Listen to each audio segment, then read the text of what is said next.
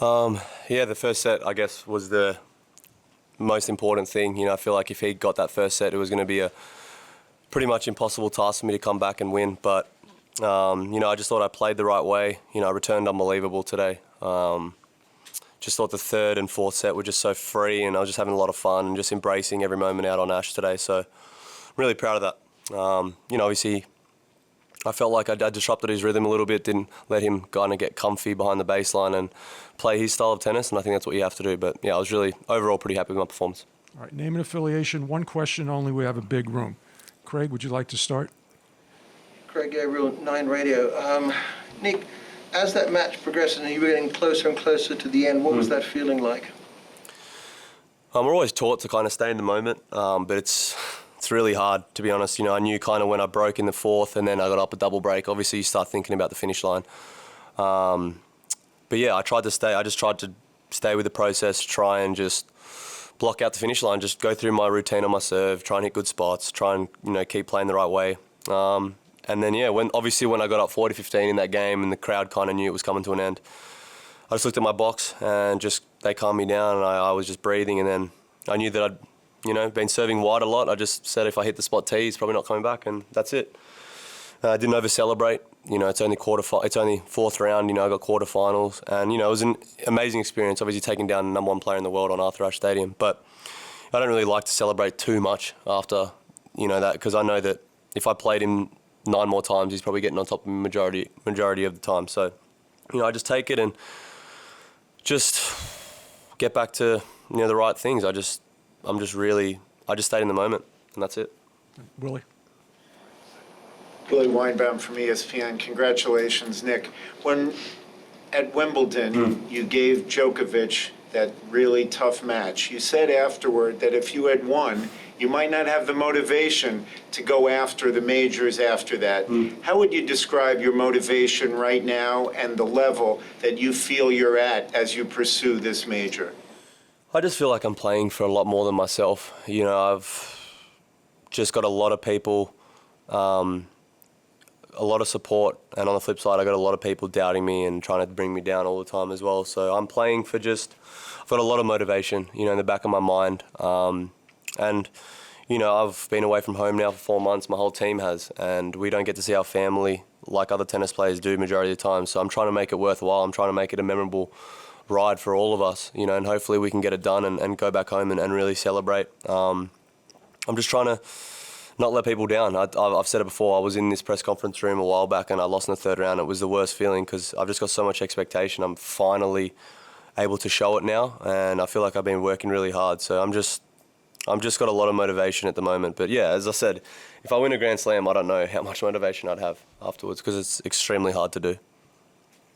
Nick, Chris Clary, New York Times. You said out there you were hoping, great deal to show your talent to the New York crowd. Finally was your word. Why did it matter so much to you to do it here, and what was the feeling like looking up at that 5 rows of fans or 5 tiers of fans? Yeah, I just feel like every time I've played here, I've just played really average. Like I just don't feel like I've ever felt settled in New York. I feel like I kind of get distracted very easily. I feel like I just haven't shown Flushing Meadows what I'm about, really. Obviously there's controversy, there's flair, there's this, there's that, but not the discipline as well as the hard work intertwined with that as well. And I feel like this time around, I'm definitely, I hadn't won a match on Ash before this week, and I've won 2 now against 2 quality opponents. So I feel like I've just been able to showcase, there's a lot of celebrities here, there's a lot of important people here watching, and I wanted to, get on that court and show them that I am able to put my head down and play and win these big matches. And for the tennis world, I think it's important as well because people are really starting to doubt my ability to pull out matches like this at majors. And I'm really proud of myself, honestly, because it hasn't been easy dealing with all the criticism.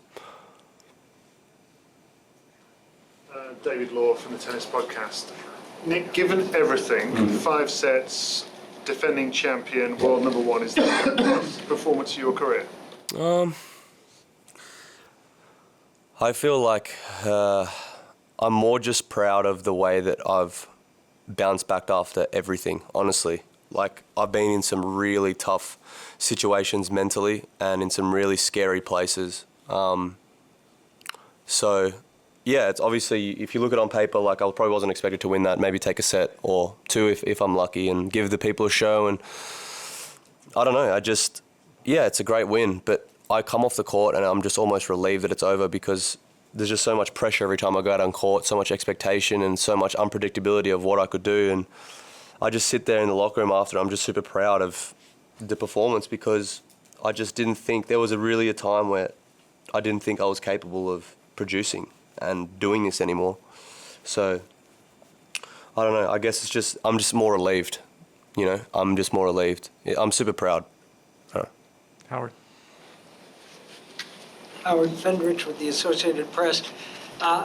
Would you say, with what you've done at Wimbledon and now here in New York, do you consider yourself any better a tennis player? Or are you a better competitor? Where do you think this leap has come from? I definitely think that I've improved some of my weaknesses. I really analysed what I had to get better at the start of the year and I've worked on it really hard. So yeah, I think whether I'm not that player that was once 13 in the world, I think I am. I think I'm better than that. I think I am. But yeah, I don't know where it's come from, honestly. I really don't. I feel like I just mentally struggled so hard for like the first 6-7 years of my career. Like I had great results and shocking results, then try really hard, then tanking, and I just didn't know how to deal with it. I honestly didn't know how to deal with any of it. And it was hard. I beat myself up way too hard. You know, it was unhealthy. And I look back and it just was all a learning process to now because I've matured so much and I feel like I kind of embrace it all. You know, when I'm playing bad, I embrace it. When I'm playing good, I embrace it. But I stay the same where before I used to just ride the highs and lows way too much and I was exhausted. And then I didn't know how to deal with everything else as well. So, but now I feel like I'm just kind of more, you know, I know the process now of what it takes to get to a final of a Grand Slam. Not to win it yet, but to get to the final, I know the process and you can't avoid it. Down under. I think Darren Morton, AAP.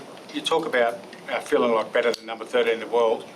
You've obviously got a winning record over most of the players in the top 10. Is there any time you've woken up and looked at the rankings and thought, you know what, I should be beating all these guys? You know, a lot of them you've got junior rivals as well. I think the ranking system doesn't reward skill and form, to be honest. You know, over a certain period of time, you know, it definitely rewards consistency more so. Because if you play, like I've played 12 events and, you know, some of the people in front of me have played like 32. So, like, obviously it's almost impossible for me to be higher ranked, but unless I'm, you know, going deep like this in tournaments. So the rankings for me don't really matter. And I feel like tonight was another message that rankings don't matter. You know, like I see number 1 next to his name and I see 23 next to mine and that doesn't change anything for me. Like, I don't care whether I'm seeded or not, but it's nice. Otherwise, I could draw him first round. Do you know what I mean? So the rankings, I mean, I don't think they mean anything. Last two. One, Bill, you'll have the last question. James Gray, iNewspaper. Nick, you said before the tournament when we were sat out there that you were kind of in a win-win situation because you either won a match or you got to go home. Yeah. Does it still feel like that? And if not, when did that switch flick into mode, I want to win 7 matches here? Oh, I always wanted to win. I always felt like if I did the right things and played the right way, I could go deep. But obviously we all had my team and myself had an eye on going home. Obviously we've been on the road for so long. And that's how I am treating it. You know, if I lost tonight, a bit of doubles tomorrow and whatever happens, and then we go home. So I think it does take off the pressure a little bit knowing that we've had such a successful couple months and then we get to go home and see our family and friends. But at the same time, we've still got a job to do. Like it's the last biggest tournament of the year, you know, and we got to try and just tough it out and keep pushing each other and, you know, keep being positive. And we do realise it's next week we're going home. So, but 3 more matches potentially then we never have to play tennis again. Bill, you have the last question. Hey, Nick, congratulations. Bill Simons, Inside Tennis. I mean, your results, your emergence has been one of the great stories we've had in recent times, really. Could you just talk about as part of that process, just liking yourself, appreciating yourself, and relishing what you can do internally? Is that part of what happened? Can you talk about what's going on inside you? I felt like when I was really struggling mentally, I was very selfish. I felt like it was all about, like, I was like, I feel bad, like, I don't want to play. Like, and then I looked at the people closest to me and how much I was letting them down. And I didn't want to do that anymore. And then, I don't know, I just tried to just look at my career, and I was like, I feel like I've got so much left to give to the sport. And that's it. I just trained hard. I just put my head down. I was like, look, let's just get in shape. Let's get in better shape first of all, and then let's see like how it goes. And then, I don't know, obviously winning helped. You know, I've been winning a lot this year, and the motivation's been there, and it's easy to train. It's easy to wake up, obviously, when things are going great. But I just was really sick of just letting people down, and I don't know, just feeling like that. You know, I feel like I'm making people proud now. I feel like people, you know, there's not as much negative things being said about me. Like, I just wanted to turn the narrative around almost. So that's basically it. I just was feeling so depressed all the time, and so like feeling sorry for myself. I just wanted to change that.